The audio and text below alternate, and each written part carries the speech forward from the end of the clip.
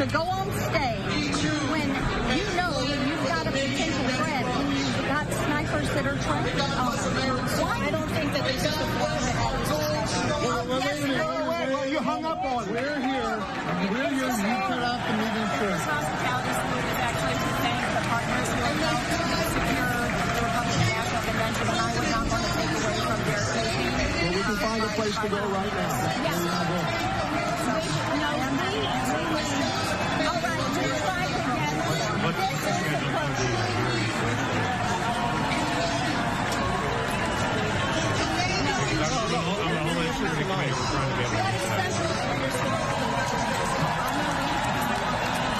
We'll leave with you then.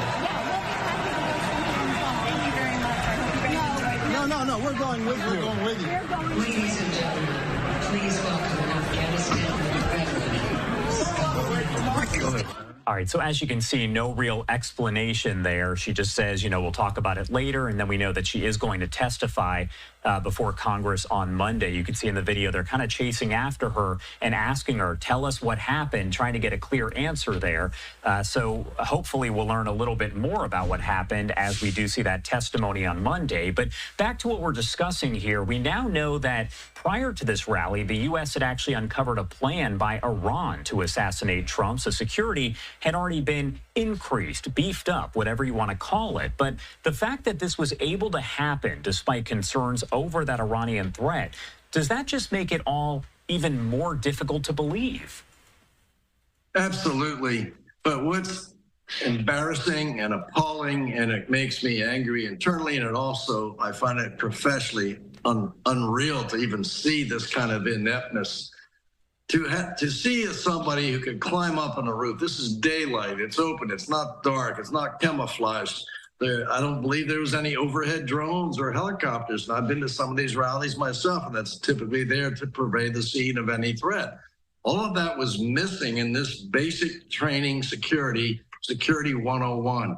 There was nothing there to prevent that. I can't blame the local cops because they are local cops. They're not experienced and sophisticated in this sort of thing. And I doubt they went to the Secret Service Academy to be trained.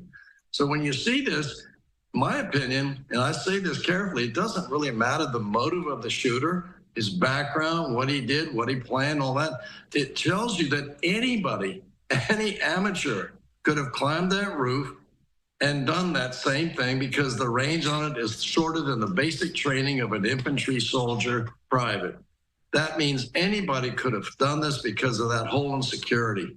So it doesn't matter if it's sophisticated, an amateur, or a kid with a slingshot, for God's sake, or a BB gun. That's the thing that bothers me the most. I'm not so much worried about this guy's motive.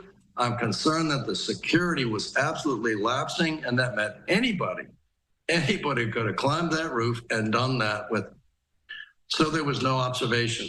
I mean, I'm speechless when it comes to understanding how that could happen. It meant the people on the scene didn't do their security work.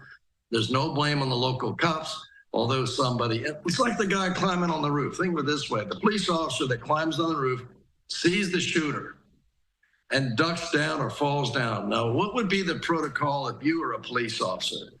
Would it be normal to fire a round in the air to cause distraction, to make everybody duck because of the sound of a gunshot? Maybe the cop would have gotten fired for firing a round in the air. Any type of warning that would have been instantaneous would have made a difference. Because if the police officer got on his radio and tried to do it, the delay between him, his dispatch, and the connectivity at the communications center, finally to get to the earpiece of the agents on the stage, that time delay caused these shootings and the death of a man, an injury, and a near death of a president. So the communication breakdown was enormous, and the officer could have done something different. I'm not going to blame him, but had you and I been in uniform in a police, would you not have shot at him? Well, I can't shoot a guy, but I would have said a warning shot. In the Army, we would have done a warning shot to warn the guys to duck and run. All right. Brian Boyd, thank you so much for taking the time to join us and provide some perspective there. Still a lot of questions, and hopefully we'll get at least a few answers on Monday during that testimony. Is there anything else you want to add about any of this before I let you go?